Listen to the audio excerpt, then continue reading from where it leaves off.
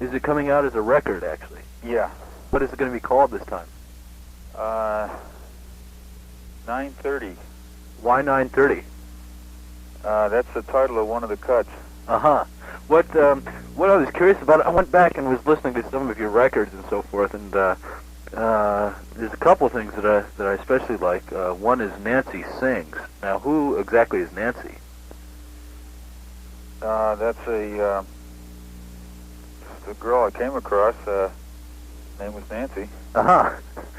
That's great. Well, it was like you were playing guitar one note at a time, and then she's singing over it. It's very evocative and interesting. Did you write the lyrics for that? Yes. Uh-huh. That's interesting. And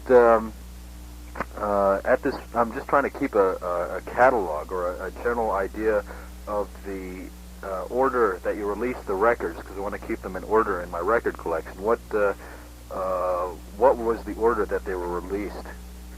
Do you remember? Started with 0739. 0739. And went chronologically from there. Okay, and I see. Okay, so that's the serial numbers on the records and so forth. Yeah. When's the release of your next record? Well, probably in about within 2 months. Uh-huh. Uh-huh. And you're still working as a machinist, is that right? Basically. Uh-huh. And do you know some people from 3 Day Stubble? There's a guy named Brent. Did he ever contact you or to distribute your records? Right. Yes, he did. Is that working out for you? No. No, we didn't really get together. They had one of those,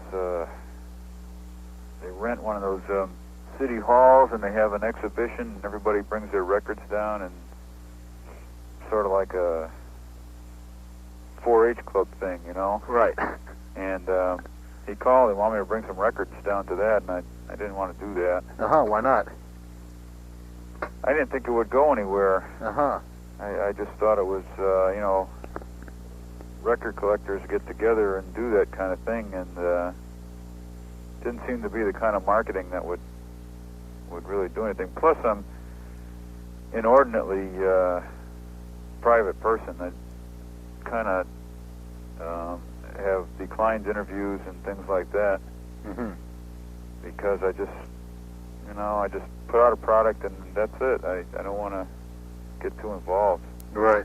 Well, when you put out the product, do you sort of want it to sell itself without having to go out and aggressively promote it and so forth? You put it out there, and then whoever picks up on it will. Yeah, that's basically it. But I do I send it out to it must be 40 radio stations. Mm-hmm. And it's playlisted regularly. Do you ever receive letters from people around the country or anything? Yeah. And what sort of response do you usually get? Usually it's something like a friend of mine had some of your records, and I heard them the other night, and I thought they were really good, and can you send me some? Uh-huh. Yeah. I've only sold about 150 copies in the last 5 years. 150 copies of all 8 records? Yeah. Uh-huh. I think there's 9 now. Uh-huh. And when you press them up, how many did you press up initially? 300. 300. So mostly what you do is send it out. One of the reasons I was interested in talking to you, and I don't know how you feel about this, but this is the reason that I'm calling up, is I know a guy named Edward Rosen, who used to be a photographer for Penthouse magazine, and I think he lives in New York City, but he flies out to Los Angeles to do work and so forth. And I met him at one of my poetry readings, and I subsequently sent him copies of my records and flyers, and whenever I was playing out, I sent him stuff. And about a week ago, he gave me a call and said that he wanted me to write for a music magazine that he's working with through Penthouse called Spin, and it will be distributed through the Penthouse empire, but it will be a separate entity. And he liked some of the liner notes that I wrote on the back of my record and wanted me to write some material. So I started off and I gave him just a 500-word piece. He wanted a piece on myself. John Trubee talks about John Trubee. So I did that, and it was obnoxious and self-promotional and so forth. But he wanted me to come up with various ideas, and so I suggested Jandek or Jandek records and so forth. And I was interested in writing a short piece, not more than about 500 words, and I guess you don't like to be interviewed, but I'd like to write a little about your records anyway, if that's okay. No problem about the records. Pardon? No problem about the records. Okay, but you don't want any personal information printed or anything, or? Rather not. Okay, what? John, to be honest with you. Right. Okay. So what I should do is just go back and listen to the records and describe what I hear. And would it be okay to give your P.O. box in case anybody wants to order some or anything like that? You can give that. You can quote any of the lyrics, or okay, that's any good. Comeback on my part or anything. Okay. No problems with that. You know, any of what's been any of the product that's been released, I have no problems doing anything you want with it. If you need additional copies, or if you don't have all of them or something, I'd be glad to ship out that to you. Mm-hmm. Okay. Well, if I do that, I could send you a little money for postage or for the records themselves. It's not necessary, John. Really? I mean, I'm used to sending out 15 a week and paying for it. And working as a machinist, I mean, you can afford to do this. I don't have a lot of other expenses. It's been, let's see, I started in '78. Released only 9 albums. It's not really that cost intensive. I can get 300 done for. Let's see, the black and whites go for about 600, and the colors go for about 800. So that's excellent. I mean, that includes pressing and mastering and everything? Oh, everything, yeah. That's amazing. That is amazing. And when you recorded it, you recorded on a reel-to-reel tape deck? Yeah, Okay, what... very simple equipment. Everything is real simple. Okay. I noticed I was listening last night to Chair Beside a Window. On side 2, I was listening to some of the cuts, and it seemed like there was crosstalk from the previous side or another band from the recording, and I was hearing a slight backwards music, as if there was crosstalk or something from another track on the tape recorder. Did you ever notice that, or? I've noticed that fairly infrequently. Right. But a couple of other things I've noticed, and I don't know if it's the same or different, but I've noticed on one cut somewhere back there, I don't know what recording it was on, you could hear outside a motorcycle. Really? And you don't remember? Well, I'll have to go back and try to listen for that. Yeah, there's a motorcycle revving up and kind of taking off, and I noticed it, and I don't know how noticeable it would be to other people, but there's definitely imperfections. Right. Well, I think that it lends to the sort of evocative charm of the pieces. I mean, you listening to it, it's not done in a huge studio. It's somebody that's working on his own with his own equipment. But I think it works perfectly for the material you're doing and the way you're presenting it. I mean, that's what sort of intrigues me about the records and so forth. And you don't have to use huge high-tech recording studios in order to get your message across and so forth. When you write poetry, do you actually write it out, or does it come spontaneously out of your head when you're singing it? I would say it's 65-35, 65 written. And then 30... Especially the earlier pieces. And then sometimes you start improvising and so forth. Is there any... Maybe more, maybe 70-30. But there definitely is some improvisation. And usually the cuts that have a lot of guitar work as opposed to lyrics. The ones that are heavy with lyrics are usually written. Well, when you strum the guitar and so forth, is there any set tuning, or is it a tuning that you made up on the guitar? I noticed that you strum most of the strings open, and then there's some chording involved and stuff. But is that a tuning that you made up, or what would you call the guitar tuning? You're very Analytical. Well, no, I can't. There's a word. You know what I've done. Well, I guess the epitome of the whole thing was that there was a review in Hop magazine, and thank goodness most of the people, except probably John Foster, gave me pretty good reviews in that magazine. Which right. Matter of fact, the first review I got was what kept me going, because I did one album, and then for 2 years I didn't do anything, and then I had a review from Philip Milstein in Out Magazine, and after I read that, I just figured, well, I better keep going, and that's sort of what kept me going. Right. Because I got 1,000 of the first one done. I thought I was, had a pretty good thing, but I didn't get any response. So anyway, they had a review in there of one of the more recent ones, and it says, "May he never tune his guitar." And a lot of other reviews would say, just make reference to, total, lack of tuning. The fact of the matter is, I tune the guitar regularly. At least before, each session. And frequently within the session, between cuts. But I don't tune it I just tune it so that it sounds the way I want it to sound. I don't use, although I studied music earlier in my life, I don't tune according to, scales or things. You tune it by what sounds good to your ear? Yeah. That's fascinating. And then you can build entire sort of song sequences over that. Or, for example, when you had that piece on Nancy Sings, she bases a lot of her melodic riffs and ideas upon the notes that she's hearing. She's playing against it. It sounds very Oriental, Japanese almost.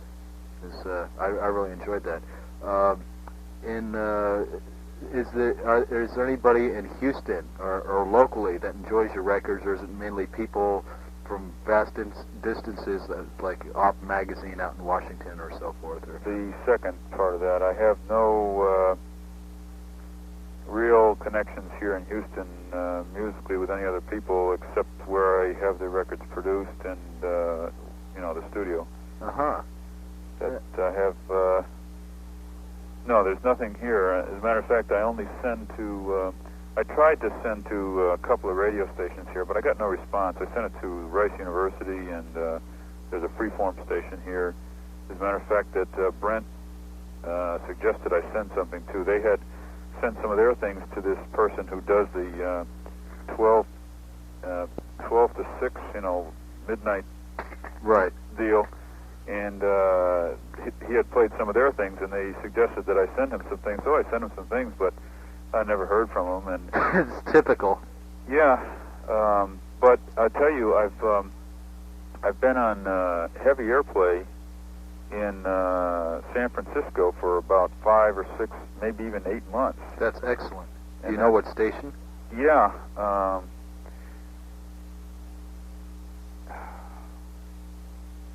I do know which one it is. I can't think of it. Right.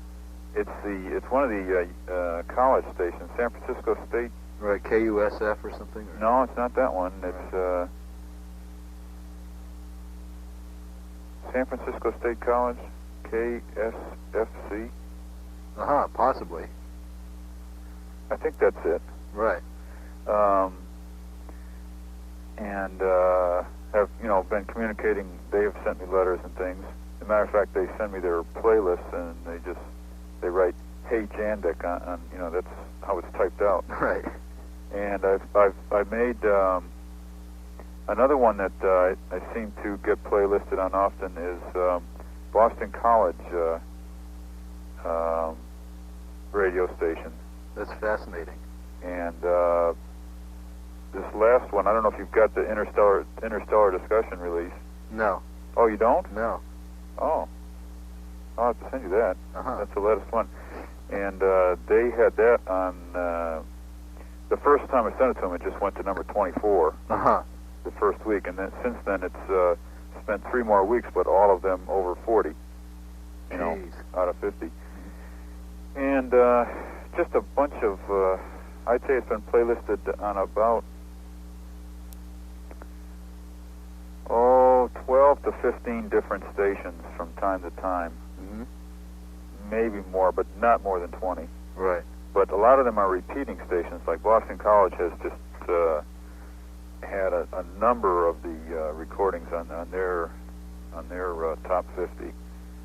That's excellent. That's possibly one of the people responsible for the airplay in San Francisco is George Parsons, because I tried to reach him, and his relative or whoever told me that he moved to San Francisco. Have you been in touch with him, or know where he is? Not lately. I've had several discussions with John. I call him. Maybe he doesn't like to hear from me. I called him a few times when I was in dire straits. When I just felt like the world was falling apart, and right. Spent time with him on the phone. He did a piece called The Other, which that you were on that. Right, I remember The Other. I had a song on that too. Uh-huh. And actually had the picture of Chair Beside a Window, I think, was somewhere in that little booklet or something. Uh-huh. And he had a station in, was it Sacramento? Right, Nevada KVMR? City. Right, KVMR. And it was playlisted there several times, mm-hmm. but I haven't heard from him or communicated with him in, it's got to be 9 or 10 months. Right. Uh-huh. When you started writing poetry or singing to your with a guitar and so forth, was it based on inspiration? I mean, did you listen to records or read other poets, or was there any sort of inspiration that sort of inspired you to begin writing poetry, or did it begin spontaneously, almost like having discussions with yourself or trying to organize ideas? I mean, was there any influence or ideas from? No, there wasn't any influence.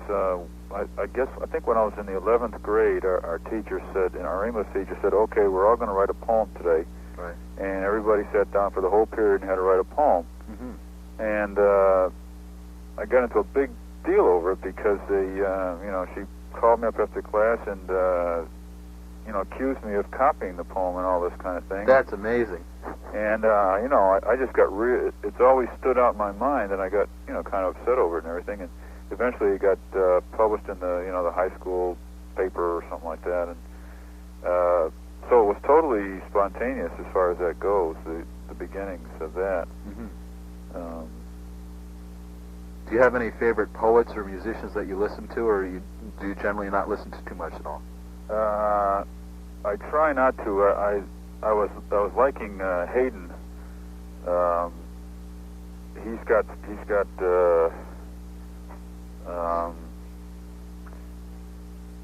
a recording out. I gave it to somebody though. Friedrich von Hagen classical thing. Uh-huh. Had some very strange instrument in it that sounded like the horns that they would play when the knights were returning to the castle or something. Uh-huh. If you know what I mean. Uh-huh. I like almost all kinds of music. If I'm in the car, I'll switch. I got interested in country music, being here in Houston. Right. I like that a lot, and I also like I like the hard rock. Tom Petty I like pretty good. Mm-hmm. Probably just a regular old schlock, Right. But it seems to make me feel good when I'm driving in the car. There's only a couple radio stations here that have the kind of music that we do, and I do listen to them also. Mm-hmm. That'd be more of the FM stations. I noticed in much of your work, you talk about natural things, naturalistic things. You're talking about the rain, and there's a title called "Liquids Flow to the Sea." And one of the pieces that Nancy was singing, she was singing something about raising one's hands to the sky, and then the rain kisses your hair, or kisses one's hair. What are you trying to figure out?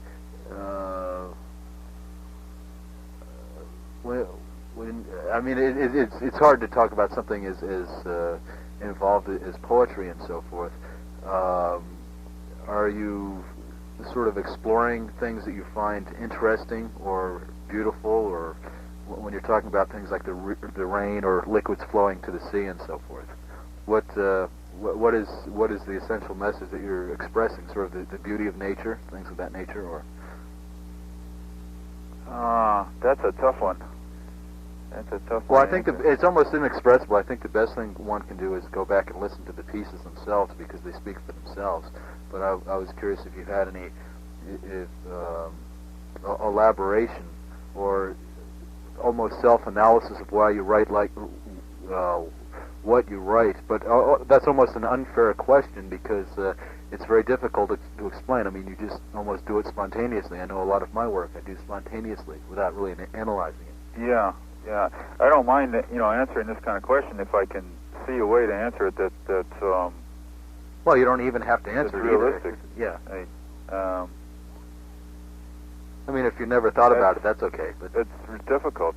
Sure. I don't know how to answer that question. I just find the pieces themselves very beautiful, and the imagery very beautiful. I mean, liquids flow to the sea. I mean, the rivers flow to the sea, and that's part of the hydrological cycle. Is the rains fall on the mountain, and then they flow through rivers into lakes, and then eventually make their way to the sea, and then from the sea they evaporate into rain. And what it seems to be is you're just, aware of the hydrological cycle of the water cycling throughout the Earth's atmosphere and so forth.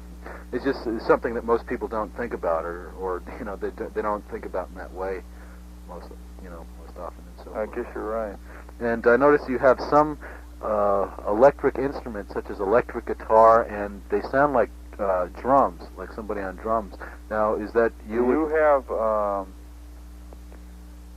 I think it was Chair Beside a Window? No, the next to the last album was, the heck was the name of that one?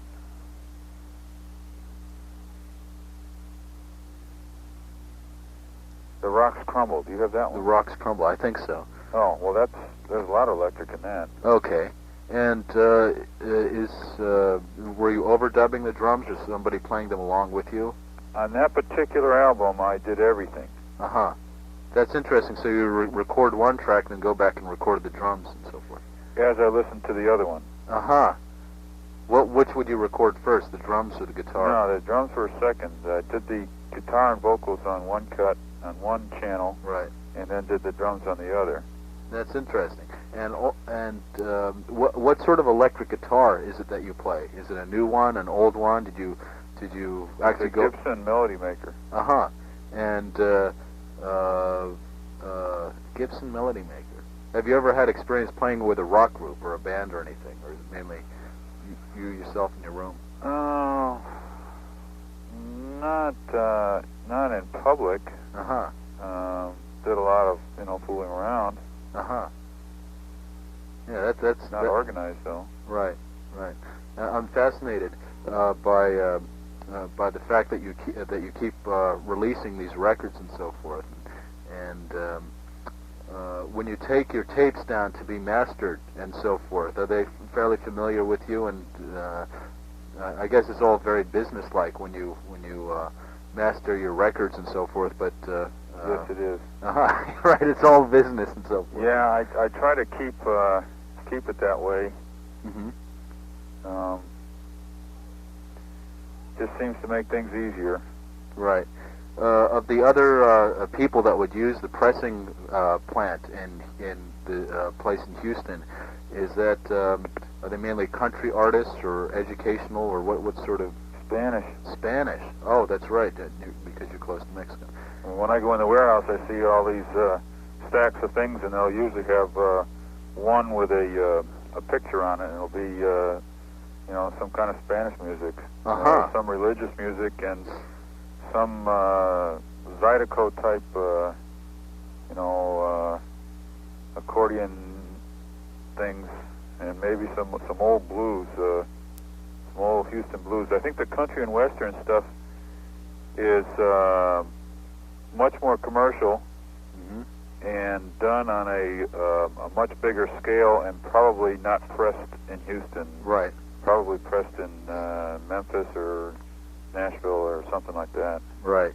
And the country and western studios are also different. They're there's some big names here. There's Mickey Gilley and Roy Head and right. people like that, and they've just about built their own network, and it's sort of controlled and not like the way I'm doing business. So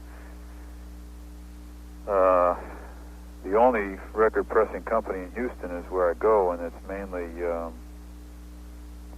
I'd say Spanish and religious and some old blues things. Right. What Corwood Industries is you? Is that correct? It's a company on record at the City Hall here in Houston, of which I'm the sole proprietor. Oh, I see. Okay, so anything going to the P.O. box is actually you, and you answer it and run it and so forth. Yeah. That's interesting. Self-made person. What, also the name Jandek. Now you explained that to me once, and I forgot it. And originally I had called the thing the Units, right. UNITS. Right. The first album had 1,000 done under that name. Right. And it was in my first mailings out and everything. It was playlisted in a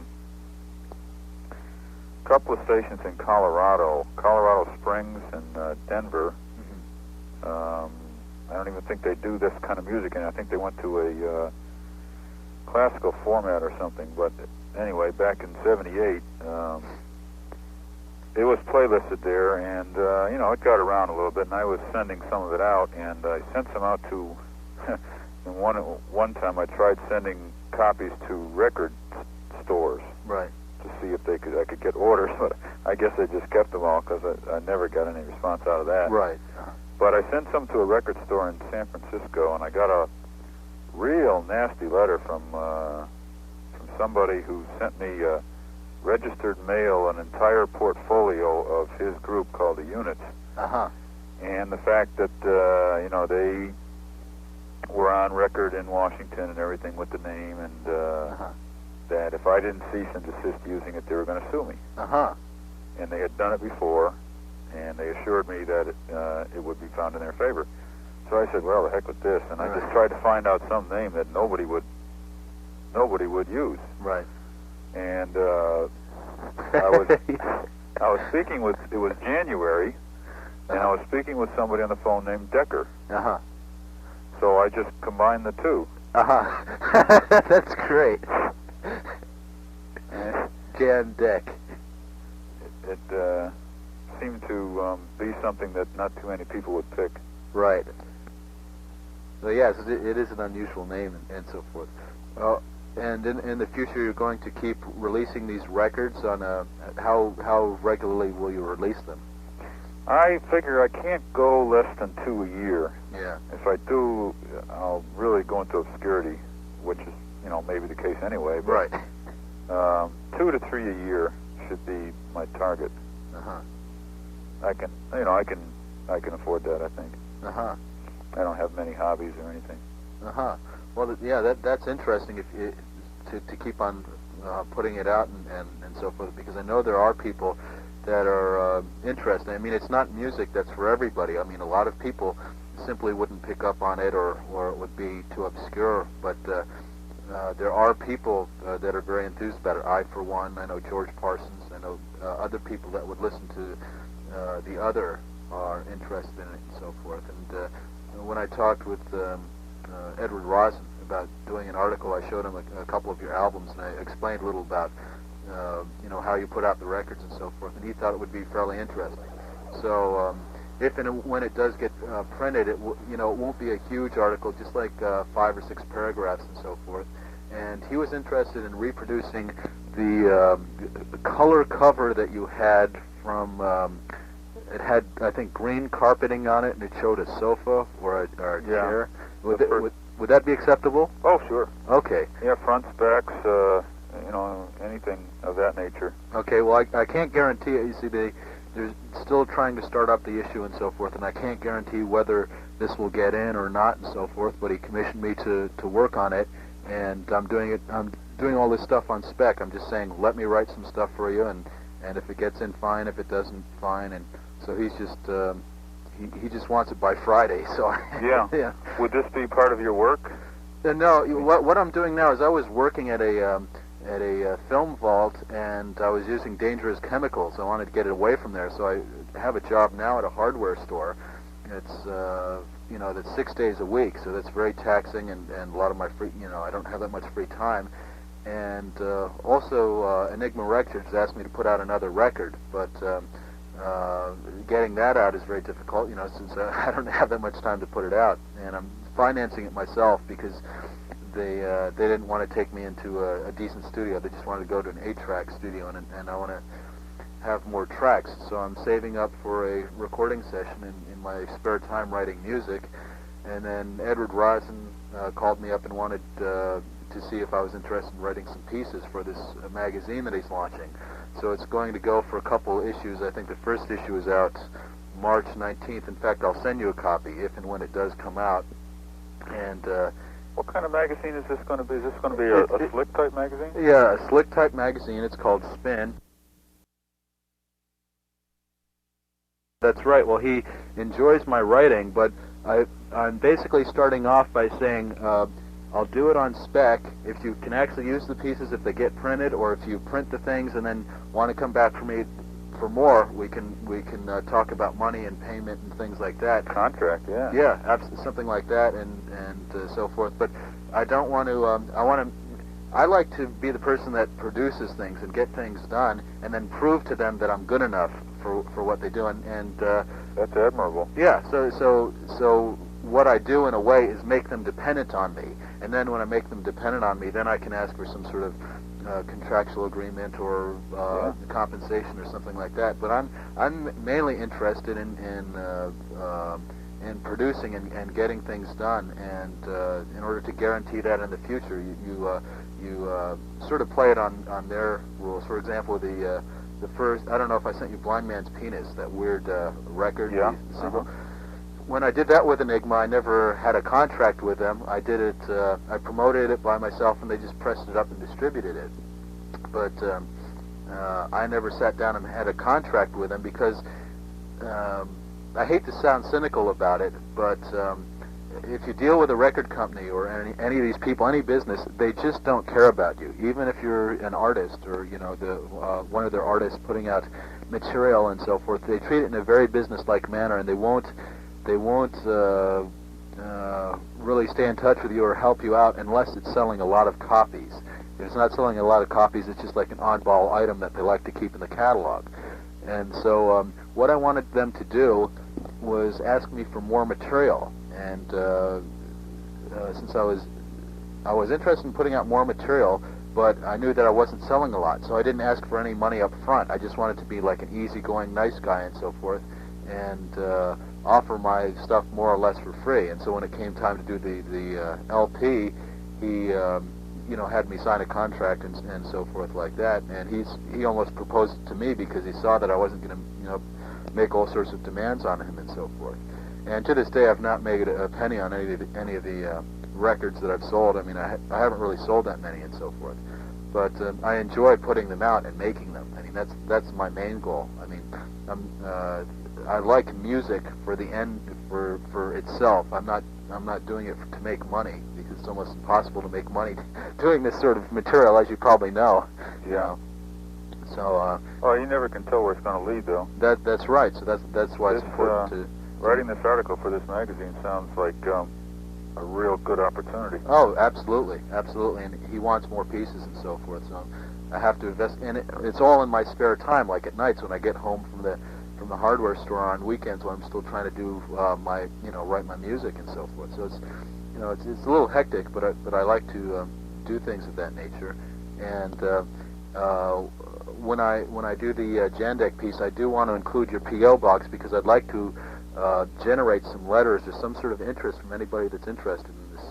Yeah, you put the full address down. Yeah, Horwood Industries. Everything I've got is in the Library of Congress, copyrighted. I should do that with my material too. It's so simple, John. You just you just call them up and they send you these forms for a sound recording. Right. And all you do is send the entire sound recording. You don't have to type out the words and then put the music to scale and all that kind of thing. You just send the sound recording to them. Right. And they copyright that sound recording. That's excellent. It's so easy. Right. $10 and 2 copies, and you got it copyrighted. Right.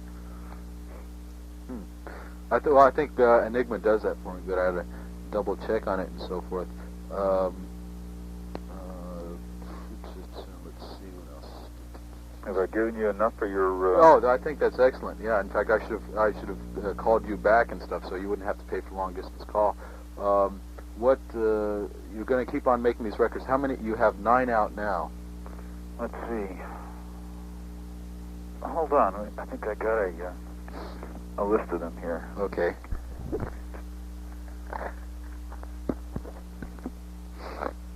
Do you have any kind of list of what you have? Yes, I have all the records in front of me except for the color one. Okay, I've got 039 ready for the house. 039 ready for... That's got the couch and the green rug on it. Right, ready for the... What is that called? House. House.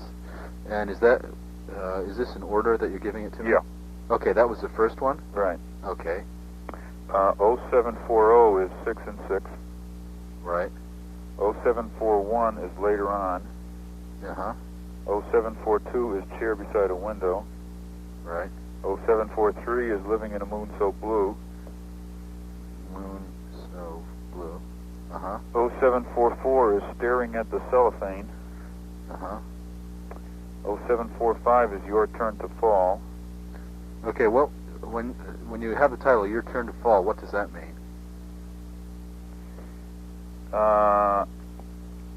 That was a line out of one of my songs on one of the former albums that I was listening to it, and it struck me the way it came out.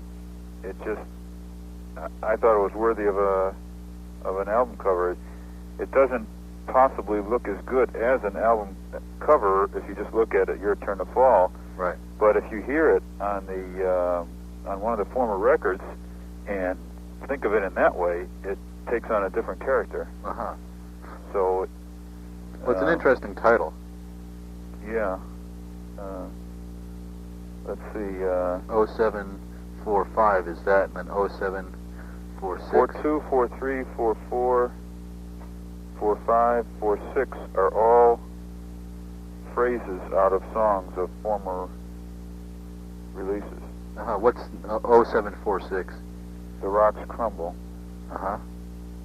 Well, okay, when you wrote the line, The Rocks Crumble, what was that a reference to? Because I remember that out of one of your poems. Yeah, that came from, that, I thought that was, I think, probably my, the cut that I think has the most impact out of everything so far. And everybody has their own things that they like, right. But the one that I thought had the best poetry and everything was a cut on 6 and 6 called, what was the name of that? I Knew You Would Leave. Okay. I Knew You Would Leave. Does that refer to anything specific, or? Oh, it's just about, someone that left. Someone right. that you were, the inevitable ebb and flow of people into your life. Right. And someone that had left quite totally. Right. That's a universal phenomenon. I think everybody knows that. Yeah, I think so. But I think that particular cut really expanded on that idea and just took it all over the place. And the first that word, the Rocks Crumble, is the whole thing. It's like you know, a rock that was one thing eventually crumbles either by deterioration from age or water or a sledgehammer. Eventually it crumbles into sand on the sea. Or that, I mean, that's what happens to it. And what was once a rock is then kind of goes into sand and eventually evaporates into the air, just like water does. Right. It may take a lot more eons than water takes, but it works that way. And that's sort of what happens when somebody leaves. There's a presence, and then they evaporate, and you know, they remain a big presence in your mind, like big pieces of rock or something, and then that sort of filters down, and they're still there. And what was once that rock is always going to be part of the universe. Right. What was once that person is always going to be part of the psyche of your mind. I mean, I dreamt about someone that I knew all along. I mean, you know, you may dream about someone you knew when you were 7 years old, you know, when you're 37 or 27 or 17 or something, and they're always there. Or maybe when you're 89, right before you die, you may think of somebody that you knew when you were 10. Right. And it's like, you know, they crumble and they disintegrate and they go, but they're still part of the universe somehow, whether it's material or mental.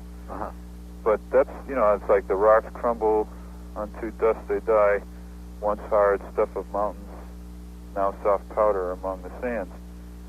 It's kind of like, that's how I came with that title. And 0747 is Interstellar Discussion. What's on the cover of that? That's a color cover, expensive yes. thing. And it's got primarily it's a big close-up of a drum set. It's one side of it is 90% electric, where I got together with another individual who played the drums and did some vocals, and I did guitar and vocals, and I think there was a third individual who did some bass. But you don't remember their names or anything? Well, you don't have to give me their names, but are they friends of yours or just acquaintances or people that? How do you run into these people that would actually play on your tapes? Those people, I don't remember their full names. They had nicknames that I remember. How did you meet them, or how did they come to play? I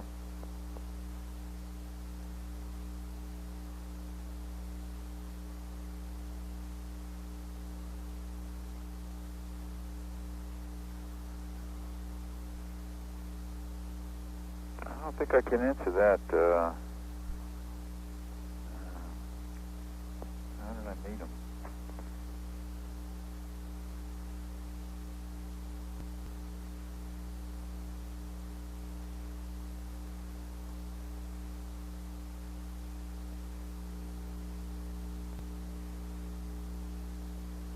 I don't think it'd be right to answer that. Oh, okay. That's perfectly okay. And are you tending to go more electric, or is most of your music acoustical? Well, the next cut, 930, is all acoustic.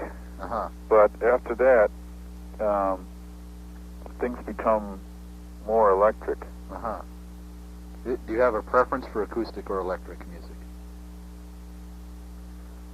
It depends on my attitude or mood or something.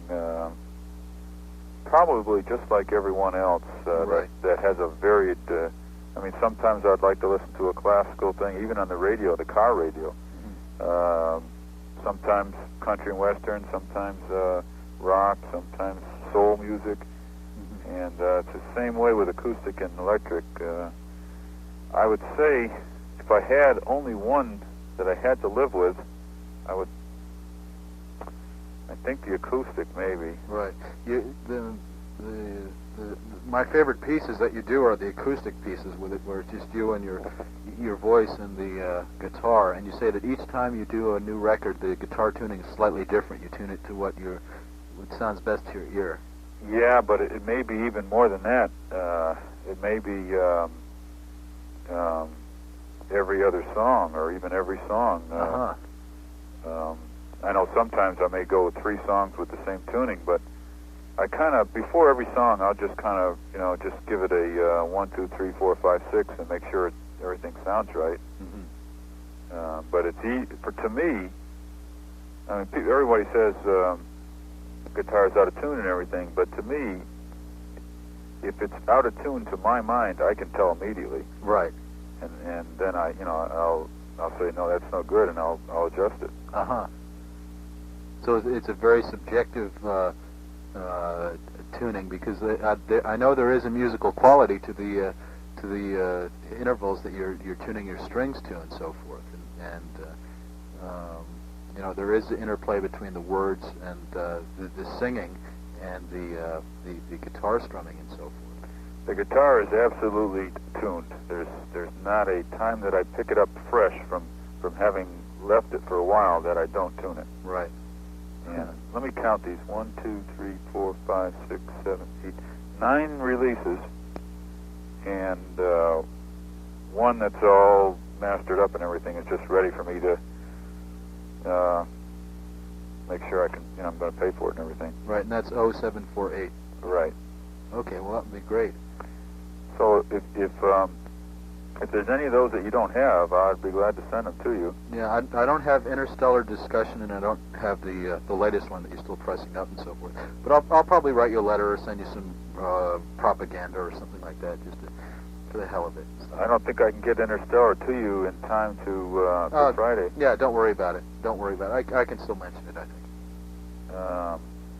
Do you have to have this in by Friday? Well, I'm finishing the article by Friday, but I can still talk about all your other releases and mention the. Well, I tell you what. Let me see. What it would take for me is I'd have to go over to. I'm out of mailers. That's the problem. Yeah. No, don't worry about it. No, I'll get it to you. I'll mail it either Monday or Tuesday, and you'll have it. But you should have it by Friday. I won't send it my regular book rate deal. So I'll get it to you, and you should have it by Friday. I'll try and mail it tomorrow. I'll just rig up some kind of cardboard thing to put it in. Right. Well, in either case, I can still go back and analyze the previous albums and so forth and toy with them. But no, I will get it off to you. And if you don't get it by Friday, it's because the mail didn't work right. But I will get that off tomorrow in the mail. Amazing. That's great. And you're still working as a machinist? Well, I was working at this film vault, and I just was working with these poisonous chemicals, and I knew that I had to get out of there and so forth. Well, that's very to the point to me, because I was operating this machine. They put me on this machine that had used tremendous amounts of oil. It was an extremely high-speed Swedish machine, I think, that just cut, real fast. It just made a piece super quick. Right. And there was an oil mist all the time. Yes. And not only that, but you had to get up under the machine, and my clothes were just always full of oil. Right. Even after, I washed them with bleach and everything, and I put them on, and they were still, if you know what I mean, heavy. Right. They weren't a regular weight. They were heavy because they were laced with oil. And, I started getting blackheads all over my legs and arms and things. Yeah. And I couldn't really do that. I had to tell him, I need to make some changes. So I'm not really complying, exactly with what they wanted me to do. So I'm not sure how it's going to come out. Yeah, right. But yeah. But I have to for my health. Right. Well, I had to change also for my health. I mean, that's the most important thing. It's too bad that all these industrial processes are so dangerous to, potentially dangerous for people. I think it's okay if you don't make a life of it. I mean, there's enough, as long as there's enough turnover of young people,